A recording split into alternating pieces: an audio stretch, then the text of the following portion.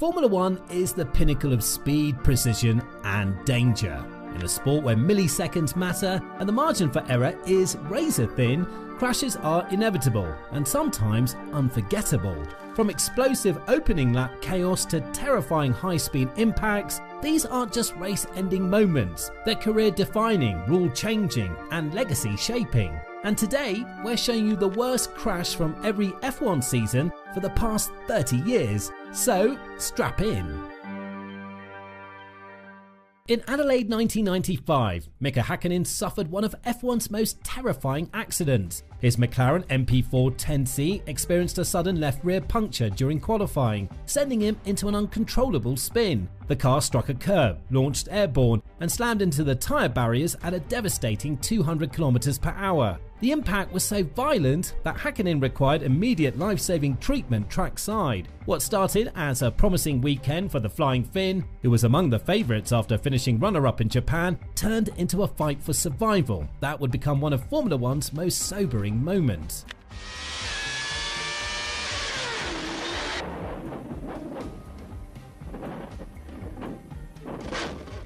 Melbourne 1996. Brundle's debut lap with Jordan ended in spectacular chaos when he collided with Coulthard, sending his car airborne and flipping completely. "I broke it like an egg," Brundle later said, watching his new ride disintegrate around him. But what happened next showed the different world of 90s F1. Brundle actually ran across the track, got a 10-second medical check and hopped into the spare car to continue racing. When he gave the crowd a quick thumbs up, the place erupted.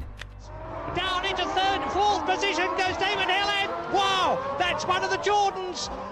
This is what we feared at this corner, and that looks very nasty indeed. The 97 Canadian Grand Prix changed everything for Olivier Panis. Charging through the field after starting dead last, his Prost suddenly snapped away from him on lap 51. The car slammed into the wall with sickening force. You could tell it was bad when he couldn't get out, both legs broken in the impact. Sure, Panis made it back before season's end, but something was different. That raw speed that put him on podiums in Brazil and Monaco, gone. The crash didn't just break his legs, it broke the momentum of his whole career. The Panis who returned was just a shadow of the driver who had started that season with so much promise. Here he is. Now, he's coming out of turn 4. Coming out of turn 4, and the rear of the car just started to bounce, dancing away, lost the rear end, got completely sideways. One impact on the right wall, then severe into the left wall again. That's a big impact. Spa 1998 remains etched in F1 lore as one of the most chaotic races ever. The Belgian downpour created perfect conditions for mayhem, beginning with a 13-car pile-up seconds after the start. Cars slammed into each other like pinballs, with wheels and debris flying everywhere. This is the worst start for a Grand Prix that I have ever seen in the whole of my life. After the restart, championship leader Häkkinen spun out, while Schumacher built a commanding lead until the defining moment, ploughing into Coulthard's McLaren in blinding spray. A furious Schumacher stormed down to McLaren's garage screaming, "You tried to kill me." Meanwhile, Jordan's cars suddenly found themselves running first and second. When Damon Hill radioed his team concerned about his teammates' pace, team orders were issued, securing Jordan's first ever win after 125 races of trying. Pure racing drama from start to finish. In these appalling conditions. Oh God! Michael Schumacher hits David Coulthard and is out of the Belgian Grand Prix. Maybe he should have been a bit more circumspect about trying to pass him. Silverstone 99 changed the shape of that year's championship in a single violent moment. Michael Schumacher's Ferrari suffered catastrophic rear brake failure on the first lap, sending him hurtling off the hangar straight at over 300 km/h. Telemetry showed the brutal sequence, speed dropping from 307 km/h to 204 km/h as he desperately tried to slow the car before slamming into the barriers at 108 km/h. The impact left Schumacher with a broken leg and ended his title hopes. "I'm happy to be alive," he said afterward. Basically, what has happened, I'm pretty happy already sitting here on this sofa and being able to give interviews. While Coulthard went on to win his home race ahead of Irvine and Ralf Schumacher, the championship picture had completely transformed. Schumacher would miss 6 races, watching from the sidelines as his title dreams evaporated.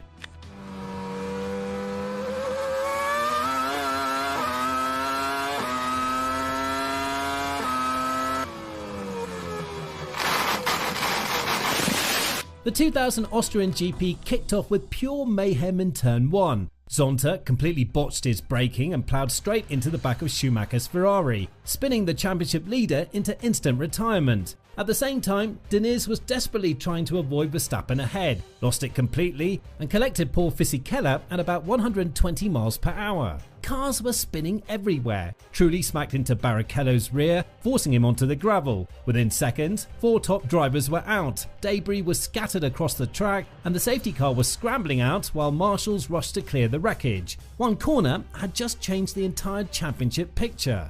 The two McLarens got away beautifully. Look, Michael Schumacher comes up the inside and gets a tap from what must be the BAR of Villeneuve. And Schumacher pushed out of the first corner. Zonta, we think, actually ran into him. I think it was Zonta, yeah. Yes. Spa 2001 changed Bertie's life in an instant.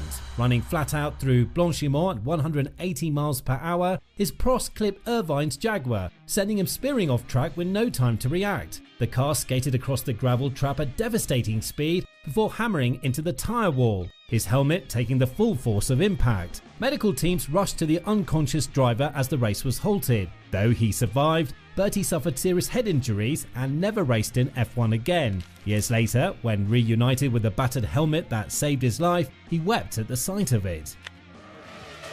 Bertie Irvine, den kann nicht halten! Ah! Böser Unfall! Watching Ralf Schumacher's Williams take flight in Australia 2002 still makes your jaw drop. As the pack thundered toward turn 1, Barrichello's Ferrari suddenly braked earlier than Ralf expected. With nowhere to go, Schumacher's car ramped straight up the back of Barrichello's machine, launching into a terrifying vertical trajectory. The impact forced Barrichello's head down into the cockpit. This was before hands devices were mandatory. Behind them, pure chaos erupted as 6 more cars were caught in the chain reaction, with Button's Renault briefly catching fire. Despite the massive carnage, race director Charlie Whiting kept the race going under safety car, turning what should have been a 22-car field into just 13 survivors in the blink of an eye. Ralf Schumacher challenges Barrichello. Michael Schumacher's got a poor start, but Ralf is motoring into second place, and he hits Rubens Barrichello. Huge accident! Oh my goodness! Rubens rear wings off. There goes Ralf Schumacher. The 2003 Brazilian Grand Prix at Interlagos turned chaotic right from the start. In torrential rain with cars aquaplaning everywhere, disaster struck midway through the race. Mark Webber lost control on the main straight, his Jaguar disintegrating into a wheel-less wreck that scattered debris across the track. Is that in the pit straight? It is in the pit straight, and it will be an enormous accident then, because that's something like 150 miles an hour. Moments later, Fernando Alonso's Renault smashed into one of Webber's unseen tyres at full speed, catapulting him into the tyre wall with sickening force. The impact was so violent that Alonso was rushed to Sao Paulo's St. Louis Hospital with injuries to his knee, thigh and elbow. The impact was massive. Despite being hospitalised, the 21-year-old somehow ended up on the podium after race officials sorted through the carnage. It'll go back one lap. So Martin, I have to interrupt you because the Jordan team are bouncing up and down in the pit lane. We're looking at the images there of that incident of Alonso. Debris all over the track. As far as the Jordan team are concerned, this race is over and they have won it. The 2004 US Grand Prix at Indianapolis foreshadowed the infamous 2005 tyre debacle in the worst possible way. Ferrari dominated as usual, but the real story was what happened on the banking. Ralf Schumacher's Williams suddenly went from race car to unguided missile when his Michelin tyre exploded at top speed into the final corner. The Williams slammed violently into the concrete wall, the impact so severe that despite walking away from the wreckage, Schumacher would be sidelined for the next 6 races with serious injuries. The crash wasn't isolated. Fernando Alonso had suffered his own tyre failure moments earlier on the main straight. 2 frightening blowouts from the same manufacturer on the same section of track, and Michelin clearly hadn't learned their lesson. 1 year later, they'd withdraw all their teams from the race. he's lost it early on, and yeah, that's a heavy impact, and worse than that, it was at 90 degrees. He's now, I believe he is moving now. The 2005 Hungarian Grand Prix had barely begun when Christian Klein's race ended in spectacular fashion. As the pack squeezed through the first corner, Klein and Villeneuve found themselves fighting for the same piece of track. Their wheels touched at high speed, launching Klein's Red Bull into a heart-stopping barrel roll. The car tumbled violently through the air, rotating completely before mercifully landing right up on the runoff area. Incredibly, Klein walked away completely unharmed from what could have been a far worse accident. But Red Bull's nightmare start wasn't over. Moments later, teammate Coulthard hit debris from Alonso's damaged front wing, destroying his suspension and ending both team cars' races before they even completed a single lap. Here it is again then, you can see he gets down the inside of Ralf Schumacher, and that was the problem. The 2006 US Grand Prix at Indianapolis turned into Demolition Derby, seconds after the green flag. In a chain reaction of chaos at the first corner, two separate incidents decimated the field. First, Webber tagged clean, who spun directly into Montagny's path. But the real carnage unfolded moments later when Montoya nudged teammate Raikkonen into a spin. As cars scattered to avoid the spinning McLaren, Montoya clipped Button, whose front tyre was caught by Heidfeld's BMW. The impact launched Heidfeld into a terrifying triple barrel roll, while Montoya also collected speed in the process. By the time the dust settled, 7 cars were out before completing a single lap, and what would turn out to be Montoya's final F1 race ended in ruins. Days later, he announced his shocking move to NASCAR. Montoya's going to tag the back of his teammate right now, put him into a spin. He collects Heidfeld. Heidfeld goes rolling, Button spins around, and Scott Speed gets caught up in the aftermath. In one of F1's most frightening crashes, Heikki Kovalainen had a miraculous escape at the 2008 Spanish Grand Prix. Racing at full speed through Barcelona's high-speed turn 3, Kovalainen's McLaren suddenly snapped left when his front tyre catastrophically failed at around 150 miles per hour. Completely helpless, the Finn ploughed headfirst into the tyre barrier, burying the front half of his car completely out of sight. The impact was so violent that the front end of the monocoque was completely ripped off. La voiture, ça c'est incroyable, hein. Hop là, voilà. Ah oui, il est pris avant gauche. Oh là là. The 2009 Hungarian Grand Prix weekend was overshadowed by one of F1's most shocking accidents. During qualifying, Felipe Massa was travelling at 261 km per hour when a loose spring from Barrichello's car struck his helmet with devastating force. The impact knocked Massa unconscious instantly, his car continuing straight ahead at full throttle until slamming into the barriers at 100 km per hour. Telemetry showed his foot remained jammed on the accelerator as his Ferrari buried itself in the tyre wall. Coming just days after Henry Surtees' fatal accident in F2, the paddock held its breath as Massa was airlifted to hospital with a fractured skull and brain trauma. Remarkably, after emergency surgery and being kept in an induced coma for 48 hours, doctors announced Massa would survive. The accident prompted renewed discussions about cockpit protection that would eventually lead to the Halo device years later. He went hurtling into the path of the errant spring and into the tyre wall. In 2010, Mark Webber survived one of F1's most terrifying crashes at the European Grand Prix. Trying to overtake Kovalainen's slower Lotus on the fastest part of the Valencia circuit, Webber misjudged his closing speed. His Red Bull's front tyre clipped the Lotus's rear wheel at nearly 190 miles per hour, launching the car skyward like a fighter jet taking off. The Red Bull flipped completely upside down, landed violently on its nose, then somehow bounced back upright before sliding across the runoff area and smashing into the tyre barrier. The impact completely destroyed the car, yet remarkably, Webber climbed out unhurt after casually tossing his steering wheel from the cockpit.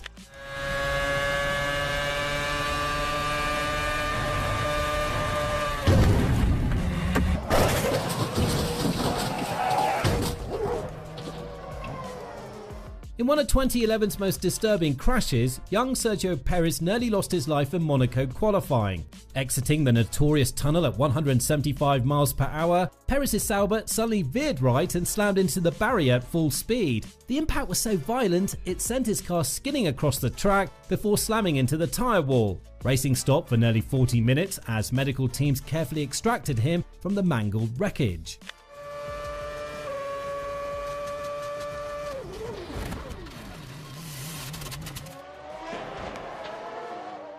The 2012 Belgian Grand Prix first lap crash was as spectacular as it was terrifying. Romain Grosjean, who had already been involved in 6 previous first lap incidents that season, swerved aggressively across the track and into Lewis Hamilton's McLaren. The impact launched his Lotus into the air like a missile, sending it flying directly toward Fernando Alonso's Ferrari. In one of F1's most heart-stopping near misses, Grosjean's airborne car passed just inches from Alonso's head before destroying itself against the barriers. The crash took out 4 cars instantly: Grosjean, Hamilton, Alonso and Perez. The The FIA took unprecedented action, handing Grosjean F1's first race ban since Schumacher in 1994 and a €50,000 fine. Three-time champion Niki Lauda was even more severe in his assessment. "I would stop him for 2 races because this was the most dangerous act he ever did."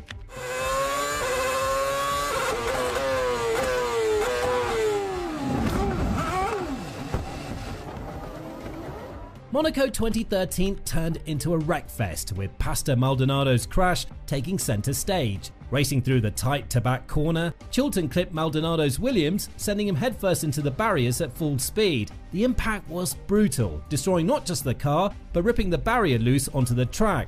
The race had to be stopped while they cleared the mess. Somehow, Maldonado walked away unhurt, though Williams' deputy boss, Claire Williams, admitted he was shaken by the violence of the crash. Chilton got slapped with a drive-through penalty for causing it all.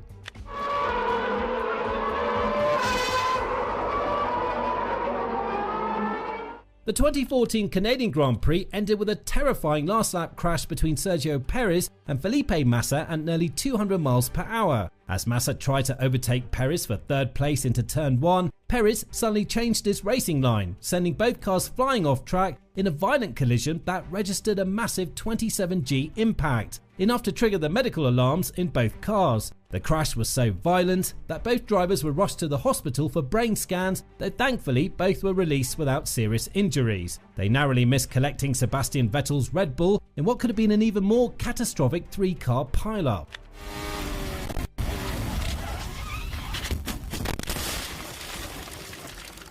The 2015 Monaco Grand Prix featured one of the most spectacular crashes of the season when 17-year-old Max Verstappen slammed into the back of Romain Grosjean at high speed. The impact was massive, registering a brutal 30G force that sent Verstappen's Toro Rosso straight into the barriers. "Without a doubt, it was my biggest crash," Verstappen admitted. The aftermath got heated when Verstappen accused Grosjean of brake testing him, while Grosjean fired back by calling the teenage rookie dangerous. Lotus later released data proving their driver hadn't brake tested the Dutchman, and the stewards agreed, slapping Verstappen with 2 penalty points and a 5-place grid penalty for the next race in Canada.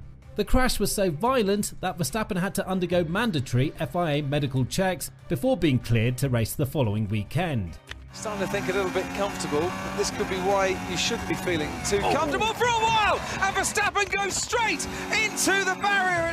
Fernando Alonso's 2016 Australian Grand Prix crash ranks among F1's most terrifying accidents. While trying to pass Esteban Gutierrez at 313 km per hour, Alonso's McLaren clipped the Haas's rear wheel, sending him into an uncontrollable sequence of impacts and flips. First, his car veered left and slammed into the wall with a savage 45G impact that slammed his head against the headrest twice. Then the McLaren began sliding toward the gravel trap, with its left side digging in and launching the car into the air with a 46G force. That's 3,500 kilograms, or 46 times Alonso's body weight, crushing down on him.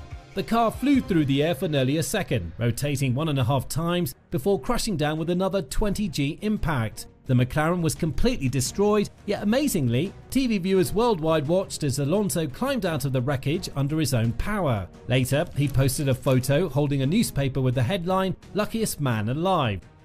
You are flying and you are bouncing around, and you see the sky, then you see the ground, you see the sky, and you know exactly where you are, and you keep moving, you want to stop. Then the car stopped. I saw a little space to go out, and I said I go out quickly. The 2017 Singapore Grand Prix featured one of F1's most disastrous first-lap crashes in wet conditions. As the lights went out in Formula One's first ever night race in the rain, Ferrari's Kimi Raikkonen made a lightning start from P4, surging alongside Max Verstappen, who was sandwiched between him and pole sitter Sebastian Vettel.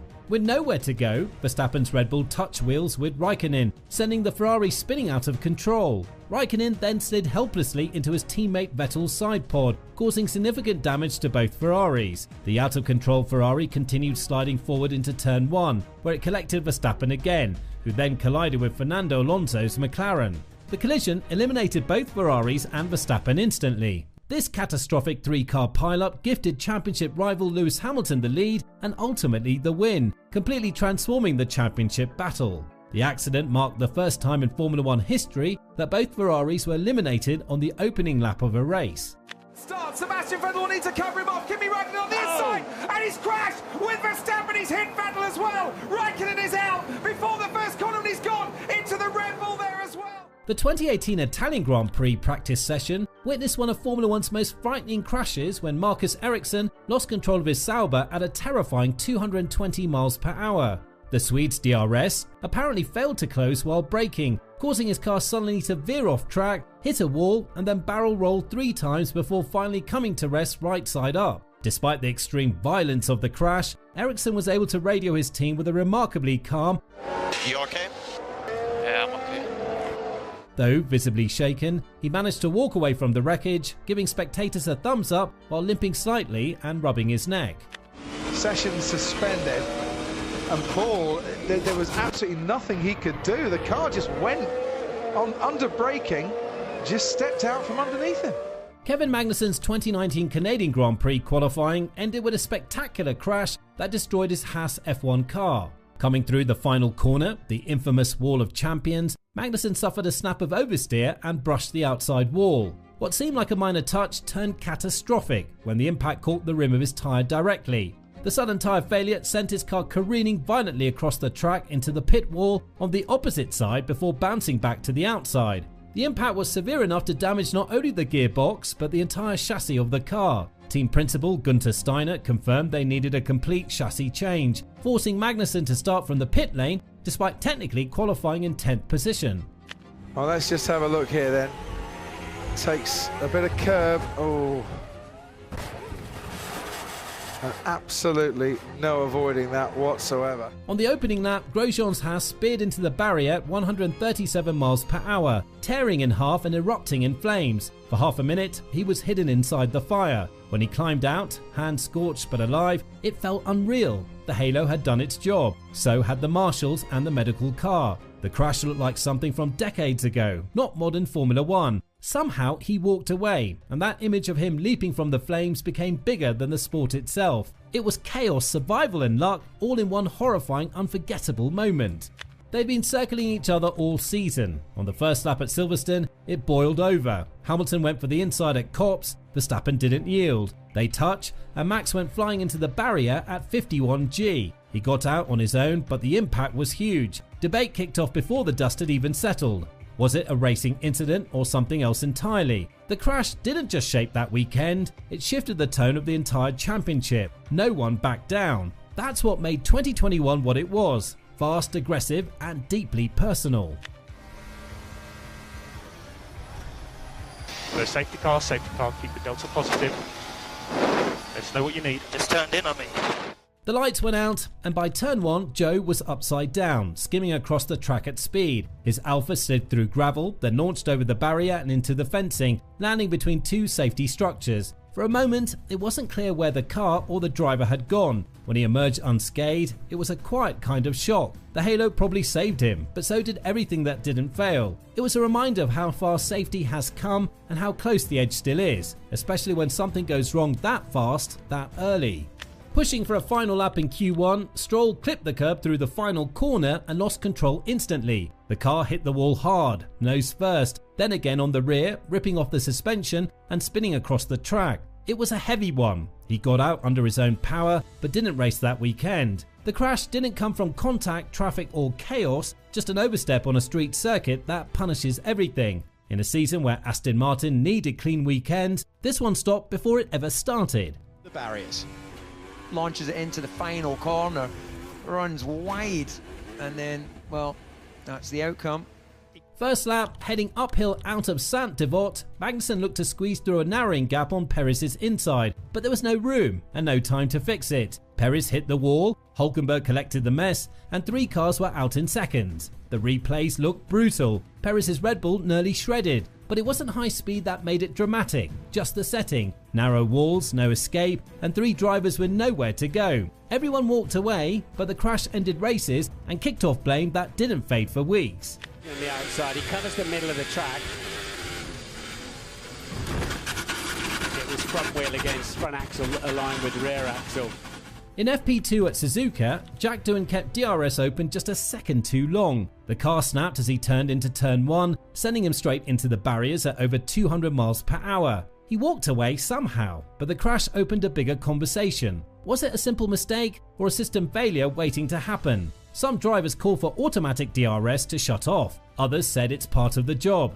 Either way, the crash shook things up. Doohan's weekend ended in carbon fibre and controversy, and the button press may now shape how the sport handles speed and safety. He's turned in flat and he's still got DRS open and he's lost rear load and Every crash leaves a mark, not just on the cars but on the sport itself. These moments remind us that even with cutting-edge technology and world-class talent, F1 remains unforgiving. The line between triumph and disaster is rarely more than a corner, a misjudgment, or a split second away. This has been Racers Reverie, and we'll see you in the next one.